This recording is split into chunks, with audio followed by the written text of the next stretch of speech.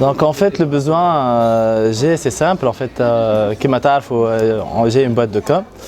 J'avais un ami, c'est un partenaire, il a une boîte de com. Donc le besoin il a fait que on dépend des autres sociétés qui importent avec des prix alors là qui sont énormes. Allez, pourquoi pas, on va importer les supports PLV, mais pas seulement les supports de base, desk, roll-up, etc.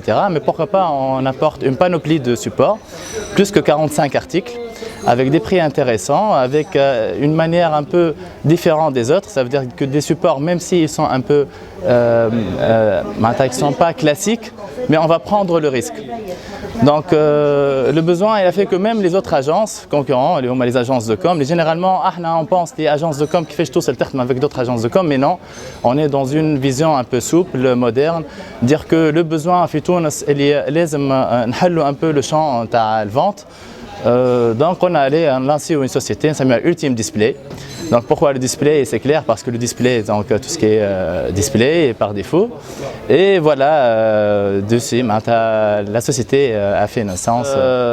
Comme toute société, on a fait une étude de marché. Donc on a une étude de marché, étude de cible. On a vu par rapport aux besoins des industriels, voilà, par rapport aux besoins même des agences de com, on les a posé des questions.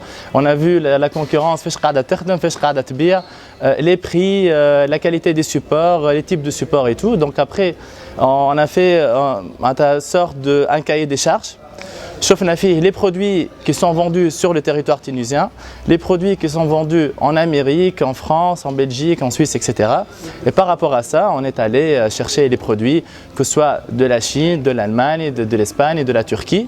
Et après, on les a importés, on a fait notre catalogue, plus que 45 articles, avec une partie qui est destinée aux petites entreprises PME, les nouvelles agences, qui sont encore débutants et ne savent pas vendre le PLV, amener une sorte de kit pour 9 mètres carrés, 12 mètres carrés, 18 mètres carrés, voilà ce que vous pouvez proposer aux autres clients.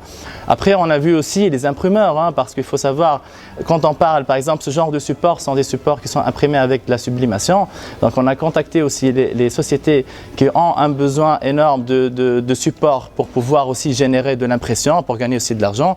Donc on a pensé à ça aussi, de générer un peu de trafic par rapport aux imprimeurs. Donc c'était un travail aussi, c'est un besoin, c'est par rapport aux imprimeurs, mais aussi aux agences de com. Même aux industriels, sachant qu'aujourd'hui les sociétés sont en train de passer directement aux fournisseurs, de passer par l'agence. Donc on est conscient aussi de la valeur des industriels, des sociétés qui sont aussi, c'est une cible directe, sans pour autant penser aussi aux autres agences. Donc les prix, on est dans le raisonnable.